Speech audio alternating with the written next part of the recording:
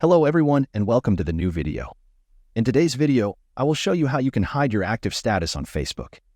Like all social networks, Facebook offers its users the opportunity to see the active status of their friends. This is very useful because we can know when someone is available. However, this has started to bother many people because they don't want to share their status with their friends. That's why today we will cover the topic of how to hide active status on Facebook. Open Facebook. When Facebook opens, find the menu icon in the bottom menu and tap on it. Here, find the Settings and Privacy section and tap on the Settings option in it. A list of options that we can do on our Facebook application will open. Here we need to find the Audience and Visibility section.